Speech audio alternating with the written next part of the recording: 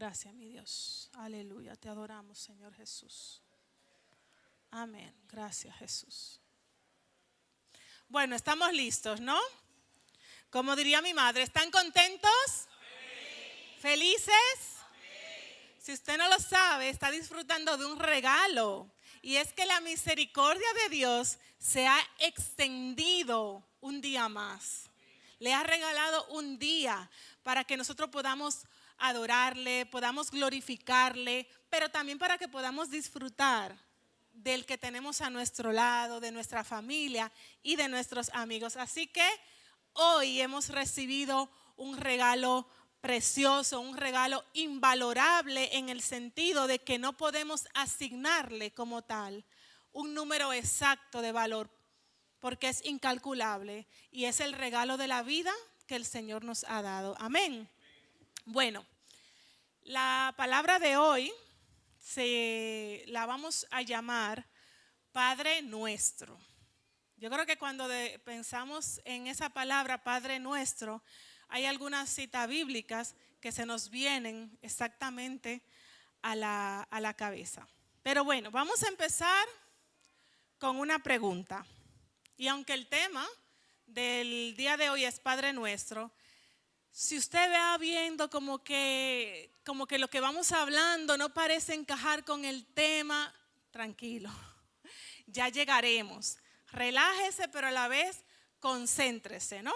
Pídale al Señor que esta palabra pueda ministrar su vida. Porque es la palabra del Señor. Son citas bíblicas que están en la palabra, pero necesitamos un recipiente que quiera recibir. Y yo sé que el Señor hoy quiere que esos recipientes estén disponibles para recibir la palabra que Él ya dejó de antemano para nosotros.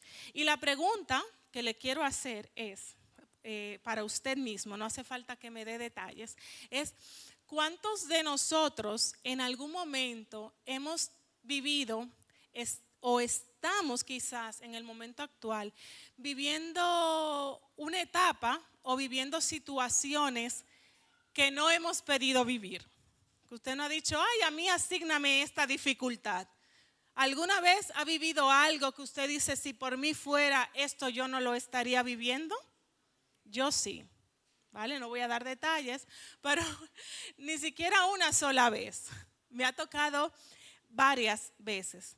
Sobre todo esas temporadas a las que llamamos desierto.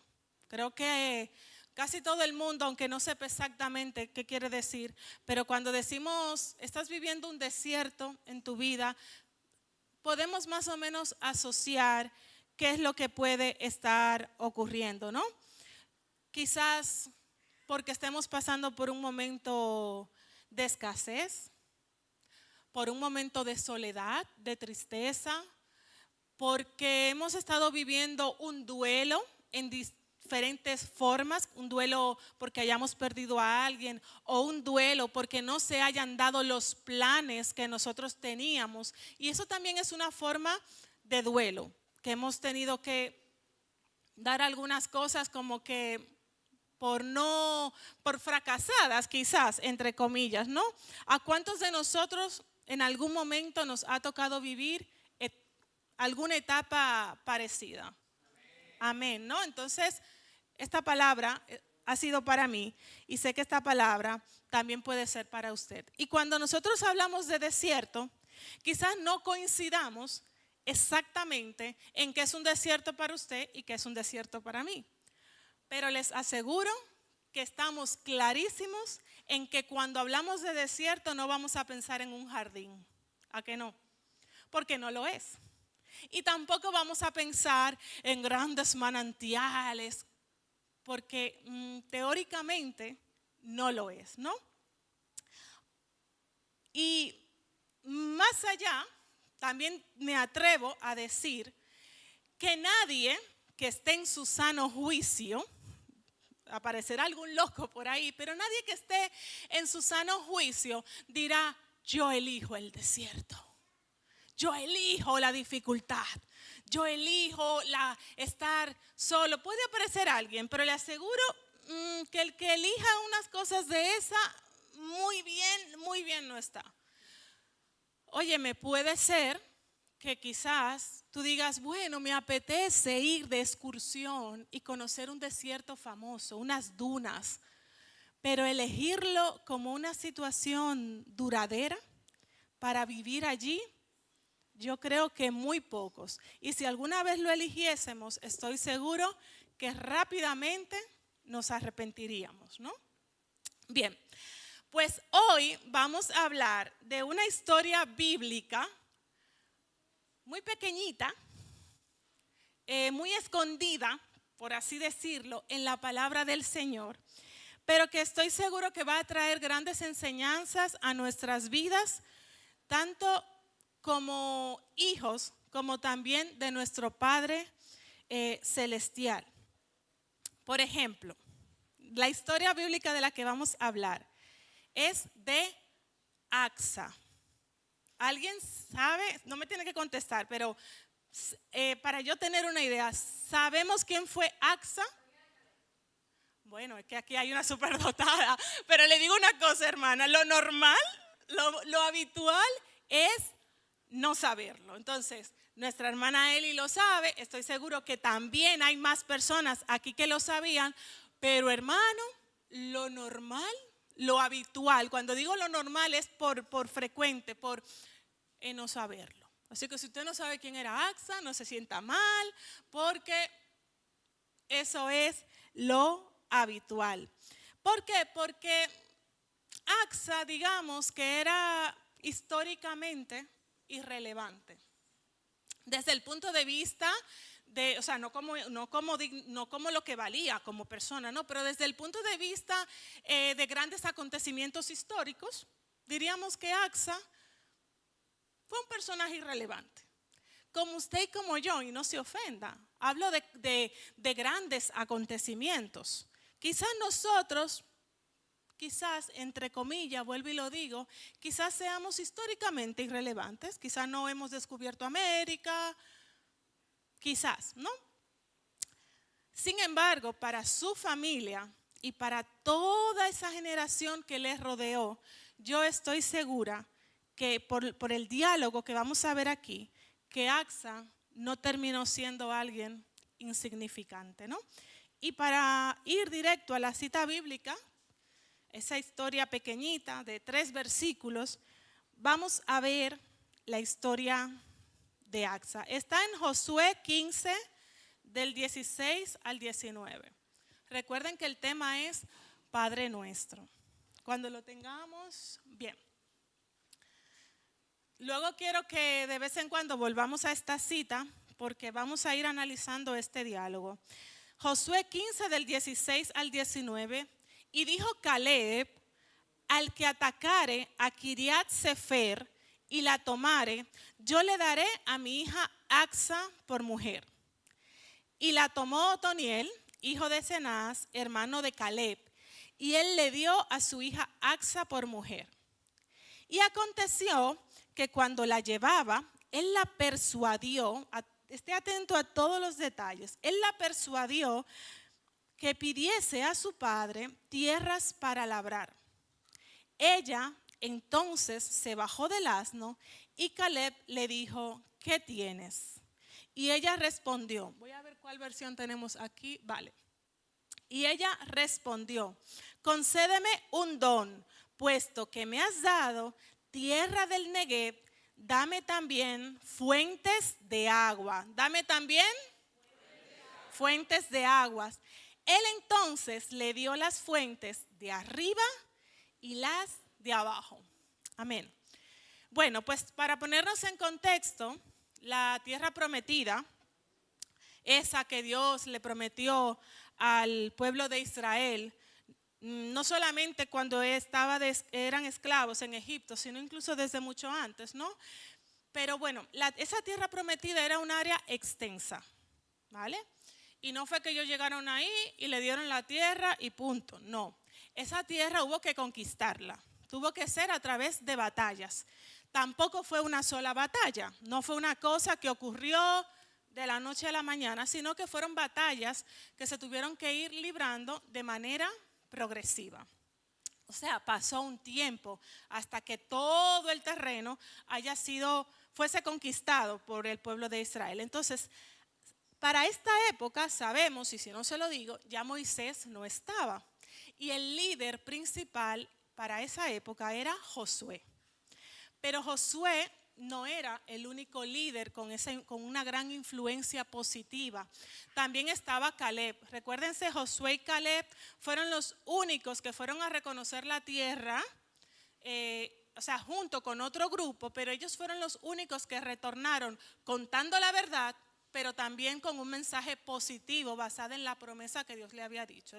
Sí, ahí hay gente grande, muy fuerte, pero la vamos a conquistar. Y Dios premió eso, le entregó tierras a ellos, pero esas tierras había que conquistarlas. Entonces, es en este contexto de cuando se llega el momento de Caleb poder conquistar unas de esas tierras, y si las conquistaba, sería de él, que se desarrolla este diálogo que hemos visto. Entonces, Otoniel gana, Otoniel se ofrece, dice yo voy a conquistar las tierras, y bueno, Caleb cumple. Y Caleb le da a su hija por esposa. Recuérdense, en esa época, tanto en la cultura de Israel como en otras culturas del entorno, era habitual que el padre decidiese con quién se casaba su hija, ¿no? O sea, esto era totalmente aceptable en esa cultura. Sin embargo, lo que vamos a enfocarnos hoy será en ese diálogo que tiene Acsa con su padre. Y estoy segura que vamos a poder sacar enseñanzas de ahí, porque por algo está en la Biblia. Si quedó registrado es porque hay enseñanza a nuestras vidas aún en el día de hoy. Así que bueno, Otoniel gana, le entregan a su mujer, pero quizás, y esto no lo dice la Biblia, sino basado ahí como en todo ese contexto que ha ocurrido, quizás Otoniel, más que una bendición, o sea, quizás lo que se llevó fue un problema. Te diré por qué. Bueno, sí, ahora veremos. ¿Por qué? Un problema quizás a los ojos humanos, ya que las riquezas de esa época, y eso sí lo sabemos por los acontecimientos históricos, las riquezas de esa época se medían por la cantidad y la calidad de tierra o de ganado, de agricultura que tuviesen las familias. Eran grandes hacendados, o sea, se medía en base a eso. Y se suponía que esa tierra prometida, donde ellos habían llegado, se suponía que fluía leche y miel. Ay, nos lo sabemos muy bien. Una tierra que fluye leche y miel. Eso está en Éxodo 3:17. Vamos a leerlo. Éxodo 3:17 dice, y he dicho, esto es el Señor, mire qué cosa más maravillosa, y he dicho, yo sacaré de la aflicción de Egipto a la tierra del cananeo, del eteo, del amorreo, del fereceo, del heveo y del jebuseo, a una tierra que fluye leche y miel. Yo me imagino al pueblo de Israel, hagamos ese equipaje, cojamos nuestro motete, hagamos nuestra maleta, que nos vamos a una tierra que fluye, mire, leche y miel. Usted va, abre la llave y fluye eso, leche y miel, ¿no? O sea, me imagino. Pero a Acsa, esta mujer de esta historia que estamos viendo hoy, le habían dado tierras del Negev. Eso es lo que dice el versículo 19, si lo puedes volver a colocar, de Josué 15. Le habían dado tierras del Negev. ¿Y cuál era el detalle? Que el Negev es un desierto, que tanto en árabe como en hebreo significa sequedad. O sea, para que no nos quede dudas, es un desierto, y redondeando, un desierto de los secos, de los verdaderamente áridos. Así que, desmontada la idea, ni leche ni miel. Y se supone que íbamos para una tierra que fluía leche y miel. Pero, ¿cuántas veces nosotros nos hemos incluso involucrado y nos hemos ilusionado con una etapa, pensando que esa etapa, incluso porque el Señor la ha aprobado, va a fluir leche y miel, ¿no? O sea, eso nos suele pasar. Y cuando nos llegamos, ¡pum!, nos damos cuenta que es un desierto lo que nos está tocando. Pero ¿cómo reacciona Axa? Padre injusto. Eso es porque soy mujer. Si fuésemos si fueran los feministas de esta época, no, eso es porque soy mujer, ¿verdad? Ah, no, eso quizás es porque no soy el mayor y solamente al mayor le podía tocar lo mejor, ¿eh? ¿Por qué a mí? ¿Por qué yo? Tú si eres malo, tú si eres injusto, tú si eres cruel. No. Eso no lo vemos en el diálogo que Axa ha tenido con su papá. En ningún momento le ha llamado malo, en ningún momento se ha quejado de las tierras del Negev. Y eso es lo que vamos a ver ahora. Vamos a desmantelar, vamos a abrir ese diálogo y vamos a ver qué podemos aprender de ese diálogo que Axa tiene con su papá. Lo primero que vemos en este diálogo es que Axa aceptó sus tierras, aceptó lo que le había tocado, aceptó sus tierras desérticas, aceptó su Negev. Es en el versículo 19, como les dije, dice, ya que me has dado. No dijo, toma tu trapo de tierra, como diríamos en buen dominicano, que no es más que polvo, cógela para ti, yo no la quiero, vete con ella. No mandó a su padre a tomar por saco, como diríamos quizás aquí en España. No. Me la has dado. Ya que me la has dado, o sea, me las quedo. Me la has dado. ¿Y sabes qué? ¿Qué podemos aprender? Que las temporadas a las que llamamos desierto, porque efectivamente no estamos viendo ni fluir la leche, ni fluir la miel en ese momento, esas temporadas que nuestro Padre Celestial nos ha permitido vivir, y no estoy hablando de ese hoyo donde caemos, en ese lodo cenagoso donde podemos caer producto del pecado. Para ese hay salida también, ¿vale? Pero esa es otra prédica. Pero para ese hay salida, hay que arrepentirse, hay que clamar al Padre, para ese hay salida. Pero yo hablo de esas temporadas que la estemos buscando, no las estemos buscando, el Padre ha permitido que nosotros pasemos por momentos de soledad. Soledad social, soledad incluso espiritual, una etapa donde, como estuvo predicando el pastor Raúl Villamil, una etapa donde lo que parece que hay es silencio. Lo que se escucha en un desierto, mucho silencio, y si hay ruido solamente es un viento, pero hay mucha soledad, ¿no? Esas etapas, hermanos y hermanas, no son para negarlas. No son para hacernos creer, estar en un estado de negación, creyendo que no estamos pasando por ahí. Son para nosotros reconocer que eso está sucediendo. Y hablo de tanto de una escasez física, pero quizás no es tu situación, no estás pasando por ninguna necesidad física, pero quizás estás pasando por una necesidad donde creías que ibas a poder contar con personas que no estás pudiendo contar. Donde ni siquiera tu familia ha respondido como tú entiendes que iban a responder. Pero ¿sabes una cosa? El hecho de que nuestro Padre nos permita atravesar por esas etapas no significa que nos ame menos. Vuelvo y lo digo. El hecho de que estemos atravesando por una etapa de desierto, y quítate esa mentira si Satanás o tu propia mente la ha colocado en tu mente. El hecho de que estemos atravesando por una etapa difícil no significa que Dios nos ame menos.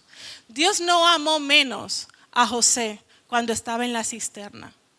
Dios no amó menos a José mientras sus hermanos lo vendían. Dios no amó menos a Daniel mientras estaba en el foso de los leones. Dios no amó menos a Ana por haber estado guardando silencio delante de ella mientras Penina la humillaba. porque Dios no te ama menos ni me ama menos por el hecho de que nosotros estemos atravesando pruebas, atravesando dificultades, y en vez de estar disfrutando un jardín, quizás lo que estemos sea comiendo el polvo del desierto. Y vuelvo y te lo digo, del derecho y al revés, que estés en un desierto no significa que papá te ame menos. Caleb no amaba menos a Acsa, pero allí vamos a llegar más adelante. Algunas veces las personas nos preguntan, ¿cómo estás? Y nosotros respondemos inmediatamente, bien, bien. Si respondes bien porque tienes fe de que tu situación en algún momento va a cambiar, es una muy buena respuesta. Si también respondes bien porque no quieres entrar en detalle, eso también es respetable. Pero ¿y si nuestro Padre Celestial es el que nos preguntase, ¿qué te pasa? Si hoy tu Padre Celestial te pregunta, ¿qué te pasa? ¿Qué le diríamos? ¿Cómo nos presentaríamos delante de Él?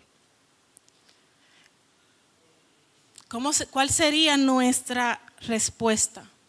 Se nos enseña mucho de que nosotros tenemos que tener gratitud, y eso es cierto, es una enseñanza que tiene que ser así. Nosotros tenemos que vivir con un corazón agradecido. De hecho, nuestro día tiene que empezar con una gratitud al Señor. Gracias por esto, gracias por lo otro, gracias por esto también. Pero ¿sabes una cosa?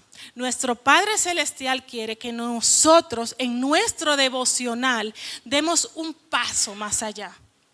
Y es que nosotros podamos ir delante de Él con confianza, con gratitud, pero también con confianza. Primera de Juan 5:14 dice, esto es lo que el Señor quiere de nosotros. Primera de Juan 5:14 dice, y esta es la confianza que tenemos en Él, que si pedimos alguna cosa conforme a su voluntad, ¿qué Él hace? Él nos oye. Quiero que lo mires, quiero que lo leas. Ahora no vamos a abundar sobre ese versículo, ya llegaremos. Pero eso es lo que el Señor quiere. Que mostremos gratitud, pero nuestro devocional tiene que tener confianza con Él. De que nosotros podamos decirle, me has dado un momento difícil. Me está ocurriendo ahora mismo una etapa difícil. Y no solamente decir gracias, gracias, eso hay que hacerlo, pero es gracias, Padre, ¿sabes que me está ocurriendo esto?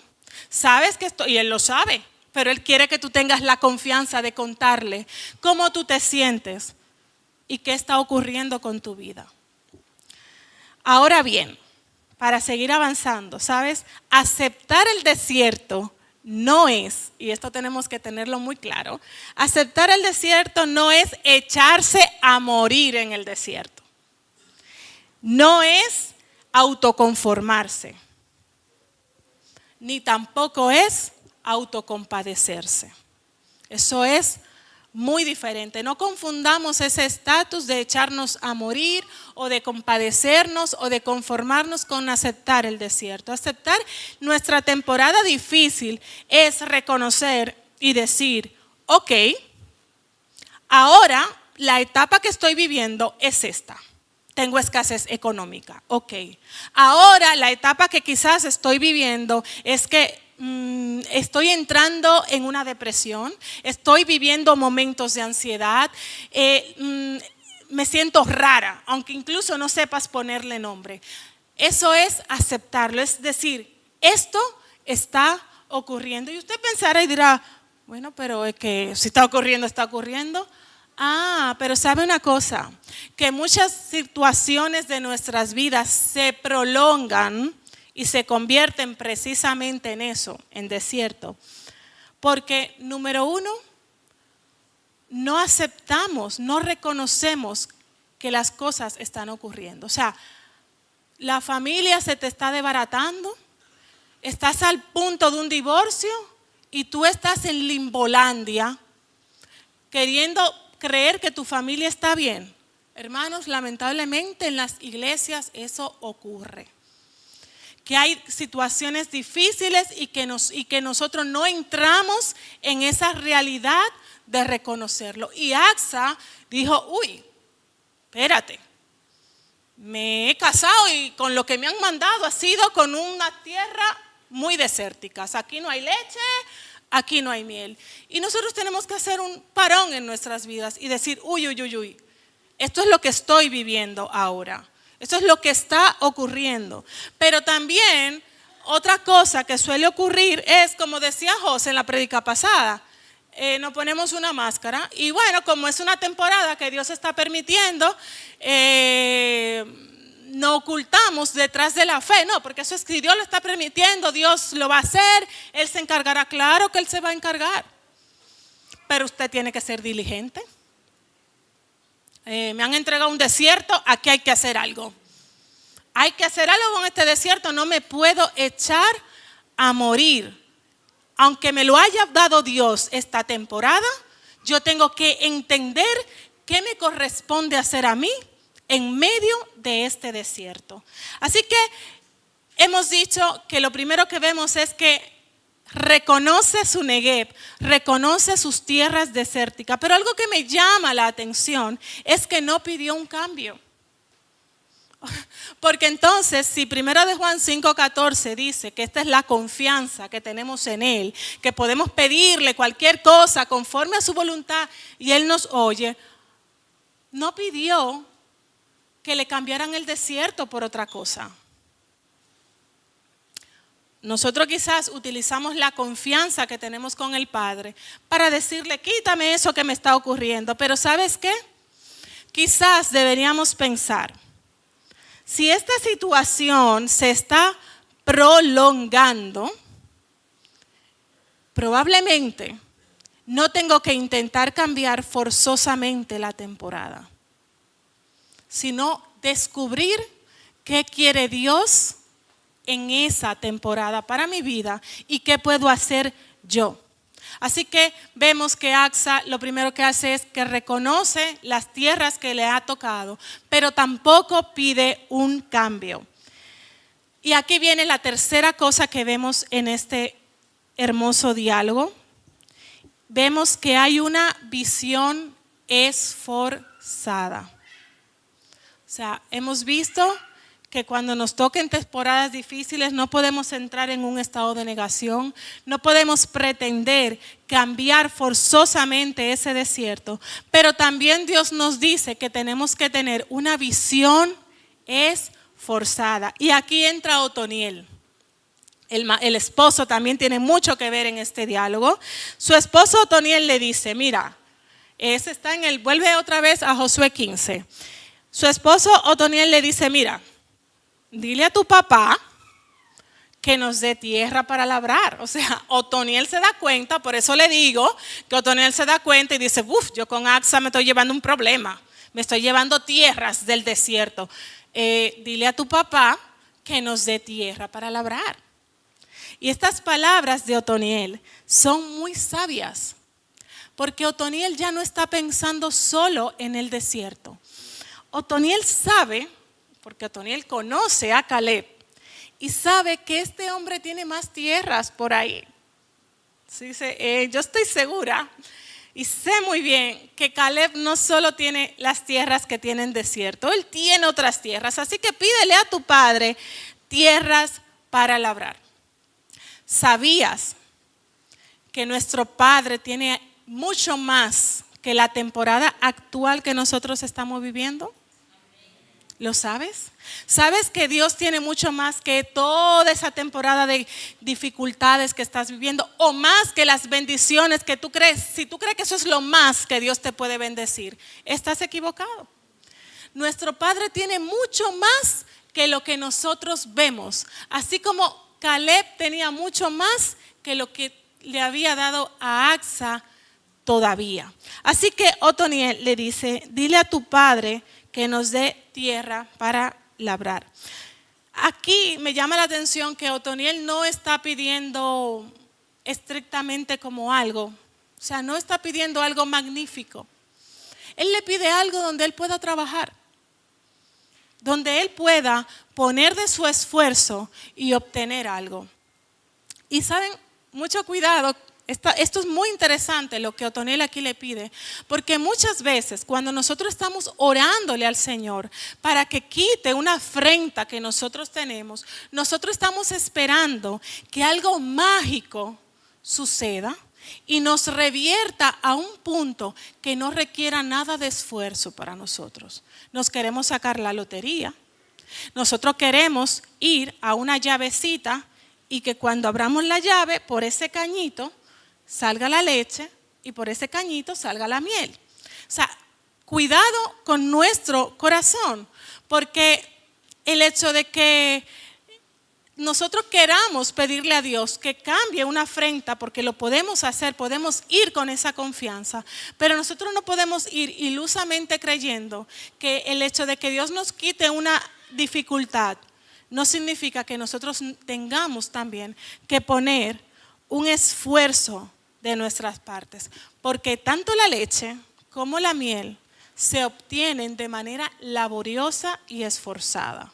Su extracción requiere esfuerzo. Hoy en día es verdad que hay maquinarias, pero en esta época sabían muy bien que obtener la miel y obtener la leche no era tampoco algo fácil, o por lo menos de manera express. Y saben, nosotros hemos confundido muchas cosas del Génesis.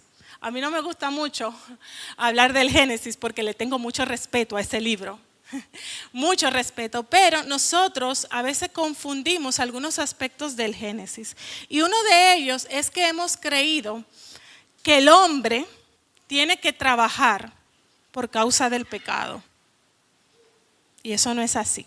O sea, si usted tenía esa idea, eso es un mito. Desmantelemos la idea. El hombre no tiene que trabajar por haber pecado. Tenía que trabajar desde antes. Vamos a ir a Génesis 1 del 27 al 28. Nos dice, esto es precaída del hombre. Y creó Dios al hombre a su imagen. A imagen de Dios lo creó. Dios trabajaba porque si él descansó, había trabajado, ¿no? Varón y hembra, para las mujeres también, los creó. Y los bendijo Dios. Y les dijo, fructificaos y multiplicaos, llenad la tierra, y escucha esta palabra, y sojuzgadla, y señoread en los peces del mar, en las aves de los cielos y en todas las bestias que se mueven sobre la tierra. Como les digo, esto es antes de lo que se conoce como la caída del hombre, o sea, antes de que el hombre y la mujer pecaran, desobedeciendo al mandato de Dios. Y sojuzgar y señorear hace referencia a crear gobierno, o sea, a establecer un sistema de gobierno. La creación no iba a poder estar ahí a lo loco. Tenía que crearse un orden, tenía que haber un sistema. Ese fue el mandato que se le dio al hombre, sobre todo, ¿no? En conjunto con su mujer. Y crear gobierno no es una cosa fácil, hermanos. O sea, eso requiere esfuerzo. Por lo tanto, Adán y Eva tenían trabajos asignados. O sea, no se crea gobierno ni echándose freco debajo de una hamaca, ni tampoco quejándonos todo el tiempo, sino esforzándose. Por lo tanto, no es producto del pecado que nosotros tengamos que trabajar. Eso es desde antes. Pero ahora bien, aunque no es el propósito de la prédica, por no dejarle ahí con el come, de y entonces, ¿qué fue lo que fue producto del pecado? Porque no quiero ahora, se lo voy a decir. Lo que fue producto del pecado es que ese esfuerzo iba a traer fatiga. Y que a pesar de ese esfuerzo y de esa fatiga, la tierra iba a ser maldita. O sea, no es lo mismo esforzarse que quedar fatigado. Entonces, eso está, yo no lo voy a leer porque les digo que no es el propósito de la prédica, pero para que usted se aclare, eso está en Génesis 3, del 17 al 19. El pecado le trajo al hombre fatiga sobre su esfuerzo y maldición a la tierra. Pero el hombre y la mujer estamos llamados a ser esforzados desde el inicio de la creación, ¿vale? Así que si usted cree que lo que Dios le da no requiere esfuerzo, vaya al Génesis nuevamente. Sin embargo, vamos a lo que nos toca. Y ya sabiendo que Otoniel ha dicho, pues dame tierra para labrar, yo quiero ser esforzado, dame tierra, dame algo donde yo pueda sembrar, donde yo pueda arar la tierra. Vamos a ir al Padre Nuestro, ¿no? Esa oración tan famosa que nosotros conocemos y que inmediatamente decimos Padre Nuestro, sabemos que tenemos que recitar. ¿A qué no? Sí, no lo saben. Padre Nuestro que estás santificado. Ven, se lo saben. No es que, pero vamos ahora a ponerlo. Padre Nuestro que está en Mateo 6 del 9 al 11. Hay más versículos, pero vamos a leer esto solamente. Dice, vosotros pues oraréis así. Padre nuestro que estás en los cielos, santificado sea tu nombre. Venga tu reino, hágase tu voluntad, como en el cielo, así también en la tierra. El versículo 11 dice, el pan nuestro de cada día, dánoslo hoy. Wow. Este versículo 11 nos enseña cómo de una manera tan sencilla y con tal confianza nosotros podemos pedirle al Padre que nos dé nuestro sustento. Pero fíjense que nos dice, y el maná del cielo que caiga todos los días. Eso no es lo que dice el Padre Nuestro. Dice, el pan de cada día, dánoslo hoy. ¿Cómo íbamos a adquirir ese pan? Eso también estaba establecido desde el Génesis. En Génesis 1:29 dice, y dijo Dios, he aquí os he dado toda planta que da semilla, que está sobre la tierra, y todo árbol en que hay fruto y que da semilla, os serán para comer. La semilla hay que sembrarla, la semilla hay que regarla, la semilla hay que cuidarla. O sea que la semilla requiere trabajo, requiere esfuerzo. Así que el pan nuestro de cada día puede verse contestado, no dándonos el pan directamente, que puede ser. Alguien puede tocar, y Dios lo hace y lo hace muchas veces, que toca la puerta de alguien y ahí está, una cesta. Pero también puede verse dándonos el trabajo, dándonos la semilla, para que esa semilla sea cuidada, para que esa semilla sea regada y a su tiempo entonces nos dé el pan. Pero a veces, hermano, lo que pasa es que nosotros queremos que el jardín venga montado y venga instalado. Si el jardín no viene hecho, no lo queremos. Y a veces nos toca un desierto. Y en ese desierto tener una visión esforzada para que de ahí pueda salir un buen jardín.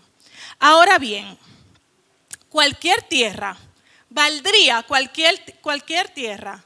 No. Entonces, hemos visto que lo primero en este diálogo es aceptar esas tierras de desierto. Segundo, no estar pidiendo un cambio forzosamente. Tercero, tener una visión esforzada. Pero aquí viene el punto número 4. Una visión sabia. O sea, a esa visión esforzada hay que añadirle una visión sabia. Otoniel propuso tierras para labrar. Él iba bien encaminado. Pero ninguna de las versiones bíblicas, las he revisado todas, ¿vale? Incluyendo unas que vienen bastante arraigadas a la raíz hebrea, pero en ninguna de las versiones dice que Axa le pidió a su padre tierra para labrar. O sea, Otoniel le propone eso a Axa, pero Axa no es lo que le pide a su papá. Volvamos otra vez a Josué 15, el 19. Colócamelo otra vez y vamos a ver, según la versión que utilicemos, vemos que ella pidió manantiales y otras versiones dice que pidió fuentes de agua. ¿vale? O sea, vemos que ella dice, mi marido está teniendo una visión esforzada. Yo tengo que llevar esto a un nivel más allá, o sea, una mujer virtuosa. Y veremos ahora por qué, ¿no?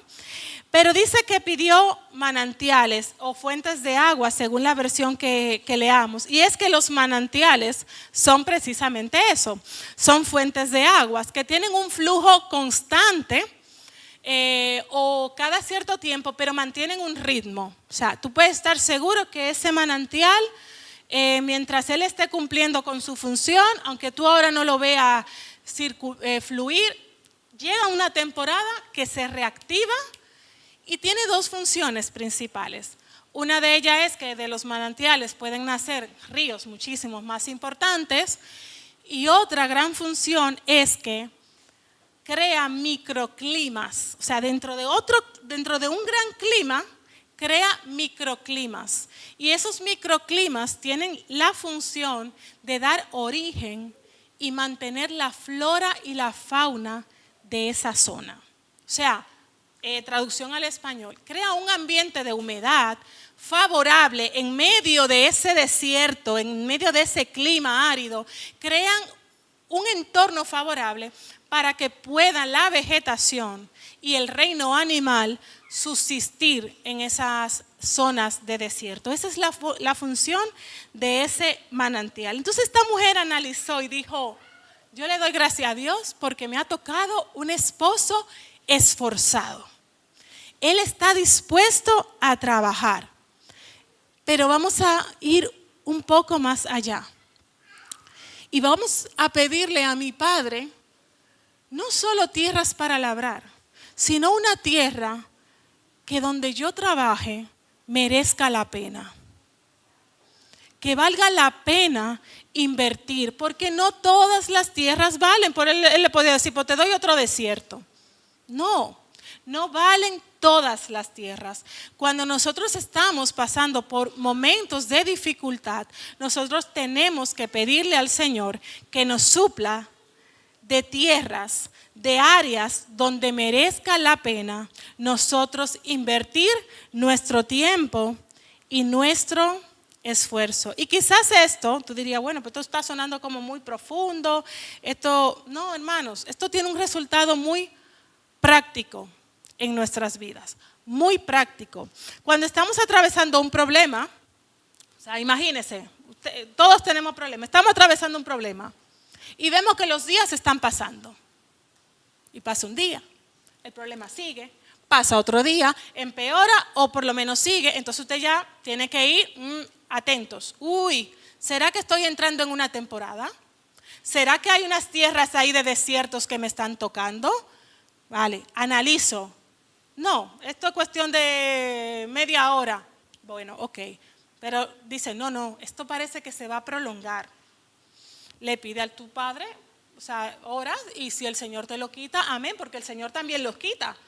Pero si tú ves que van pasando los días, y van pasando los días, entonces quizás tengas que pensar y decir, ¿debo gastar mi energía física y espiritual intentando cambiar forzosamente la situación? ¿O debo acercarme al Padre Celestial y exponer mi corazón y decirle, estoy dispuesto a esforzarme, estoy dispuesto a labrar, estoy dispuesto a explorar áreas de mi vida para que puedan hacer algo, para que estoy dispuesto a esforzarme, estoy dispuesto a que ocurran cambios en mi familia, estoy dispuesto a hacer grandes sacrificios, pero genuinamente estoy dispuesto. Y una vez que usted le diga, quiero tierras para labrar, quiero esforzarme, Señor, para que esta situación cambie, pídele también herramientas, pídele manantiales, pídele que Él te pueda dar y fluir ideas que te permitan poder cambiar la realidad de tu desierto. Ahora bien, no para vivirlo de manera egoísta, porque Axa podía haber dicho, pues ya que me casé, dame un vestido de novia. Ya que me casé, dame oro, dame plata, dame algo para mí, dame algo que yo tenía en mi casa porque lo voy a echar en falta y pedir para ella, para ella, para ella y para ella, pero no. La visión de Axa fue muy sabia. Se unió a la visión de su marido. Y aunque esto no es una prédica exclusivamente matrimonial, pero quiero hablarte tanto a ti, mujer, como hombre, que llevamos, que estamos en una familia. Estáis atravesando por momentos difíciles. ¿Qué tú estás haciendo con la visión esforzada de tu esposo? Tu esposo tiene ganas de echar hacia adelante, se está esforzando. ¿Lo estás llevando sabiamente esa visión? ¿O al revés? Tu mujer, está intentando ahorrar lo máximo posible. Está teniendo una visión esforzada. ¿Cómo correspondes a la visión de tu esposo o a la visión de tu esposa? ¿O cómo correspondes a la visión de tu hijo que quiere por fin cambiar la realidad con la que él ha tenido que crecer? Que se está esforzando. Entonces hoy yo te digo, a la visión esforzada de tu compañero, de tu hijo, añádele una visión de sabiduría. Sé sabio. Porque no es suficiente con una visión esforzada. Hay que tener una visión sabia. Porque no vale cualquier tierra. A un desierto no le vale que le añadas más desierto. Le tienes que añadir fuentes de agua. Fuentes que dentro de ese desierto pueda crear un clima que dé vida. Que dé vida a lo que se está secando. Santiago 4:3 nos dice, pedís y no reciben porque pedís mal para gastar en vuestros propios deleites. Y muchas veces dentro de la familia se ve este quiebre, donde hay un lado que quiere cambiar verdaderamente la situación que se está viviendo, pero hay otro que está viviendo una vida egoísta. Y hoy el Señor nos dice, sumar fuerzas. A una visión esforzada, añádele una visión sabia. Únete al esfuerzo de tu esposo, al esfuerzo de tu esposa, al esfuerzo de tu hijo, al esfuerzo de tu hermano. Porque quizás no necesariamente tengamos que ser familias de sangre, hay una familia espiritual. A la visión esforzada de tu líder, a la visión esforzada de tu pastor, añádele una visión sabia. Proverbios 18 es un capítulo que contrasta al necio con el sabio. Y mire con qué se compara la sabiduría. En el versículo 4 nos dice, aguas profundas son las palabras de la boca del hombre y arroyo que rebosa la fuente de la sabiduría. O sea, en otras palabras, vuelvo y digo, lo que quiere decir es, si estoy viviendo una temporada difícil, he entendido que el objetivo quizás no sea cambiar forzosamente lo que me está ocurriendo. Lo puedo pedir, pero tengo que ser sabia y ver, se mantiene. Yo he orado al Padre, Él me escucha. Si es su voluntad me la va a quitar. No me la está quitando, entonces tiene que haber algo más en esta temporada. Tienes que decirle al Señor, quiero y tengo que ser esforzado, lo sé. Soy valiente. El Señor nos llama a ser valientes y esforzados. A Josué no se le dijo, tranquilo, eso es tuyo. No, a Josué le dijo, esfuérzate y sé valiente. Yo estaré, pero hay tierras que van a costar conquistarlas. Te las voy a dar, pero con esfuerzo y con valentía. Así que dile, Señor, yo estoy dispuesto a ser esforzado, pero entiendo que mi esfuerzo es insuficiente si tú no me das manantiales, si tú no me das donde yo pueda colocar ese esfuerzo, que se cree un microclima para que en medio de la dificultad se le pueda dar vida a un ministerio nuevo o a un ministerio que estaba mermado, pueda resurgir. Se le pueda dar vida a un testimonio, se le pueda dar vida a un proyecto, se le pueda dar vida a la expansión del Evangelio. Que nuestro desierto pueda ser el canal perfecto para que su palabra sea extendida. Y eso se hace cuando el Señor nos entrega manantiales. Pero el título de esta palabra es Padre Nuestro. ¿Sabes por qué? Porque hemos hablado de desiertos y hemos hablado de manantiales. Y mira, yo hasta lo pensé. El título perfecto sería Manantiales en el desierto. Hubiese sonado bonito, hubiese sonado bello, pero esto va mucho más que de los desiertos o de las bendiciones y los manantiales que nosotros podamos tener. Esto va, el detalle más importante de toda esta historia es que esto va de un papá y su hija. De eso va esta historia. Va más allá de un desierto, va más allá de un manantial.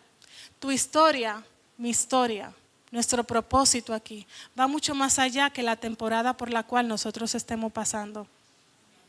Yo he vivido circunstancias donde he incluso estado al borde de la muerte. Ustedes lo saben. Incluso mi parto, estuve al punto de morir, pero había algo más. Incluso si perdiésemos la vida, aún Nabot perdió su vida por causa de una herencia. Va más allá de eso. La vida que Dios nos da, el propósito que Dios tiene con nosotros va mucho más allá del desierto que nos ha tocado. Va mucho más allá de las bendiciones que Él nos puede dar en el día a día. Porque a veces las propias bendiciones que Dios nos da pueden ser una piedra de tropiezo para nosotros tener un diálogo con Él. Porque nos vemos tan bendecidos que creemos que no le necesitamos. Y esta conversación va mucho más allá de lo que a Axa le había tocado. Va mucho más allá de ese desierto, pero también va mucho más allá de lo que ella luego pidió de esos manantiales. Esto va de un padre que antes de que su hija abriese la boca, él le preguntó: ¿qué te pasa? De un padre que ya sabía de antemano lo que su hija necesitaba, aunque aparentemente todavía no se lo había dado. Pero si se lo hubiese dado, no hubiese habido un acercamiento de padre y de hija. Pero lo que más me llama también a mí la atención es que Otoniel venía de haber logrado algo grande. El esposo venía de haber logrado algo muy grande. Había conquistado toda una ciudad y la había conquistado para su suegro.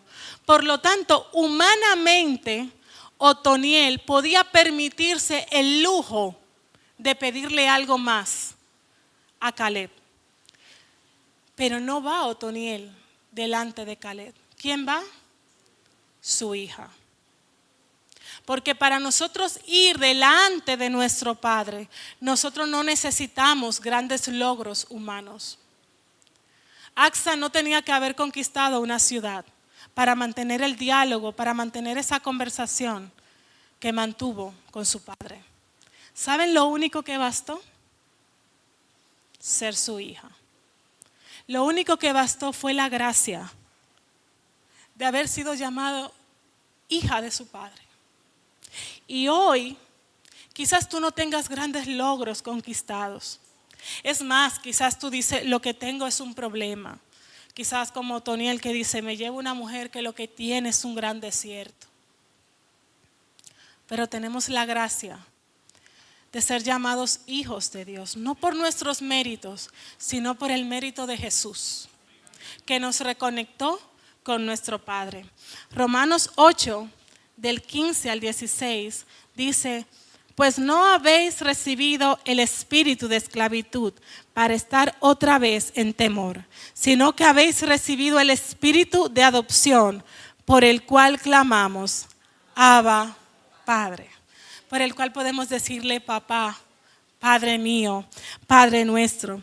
Y dice que el Espíritu mismo da testimonio a nuestro espíritu de que somos hijos de Dios. Axa solamente tenía que decir Padre nuestro, Padre mío, Padre mío. Es lo único que tú y yo tenemos que ir, sabiendo que lo único que necesitamos para ir delante de nuestro Padre, con ese nivel de confianza, es la gracia de que somos hijos. Volvemos a 1 de Juan 5:14, que dice, y esta es la confianza que tenemos en Él, que si pedimos alguna cosa conforme a su voluntad, Él nos oye. Esa es la confianza. No son nuestros méritos. No es decir, yo conquisté esta ciudad. No. No es decir, yo a mí me va fenomenal. Es que nosotros podamos tener confianza porque Él nos ha llamado hijos. Y los hijos tienen confianza delante de su padre, o es lo que se supone que tiene que ser. Efesios 3:20 dice, y aquel que es poderoso para hacer todas las cosas, mucho más abundantemente de lo que pedimos o entendemos, según el poder que actúa en nosotros. Y ese poder es el del Espíritu Santo. Amén.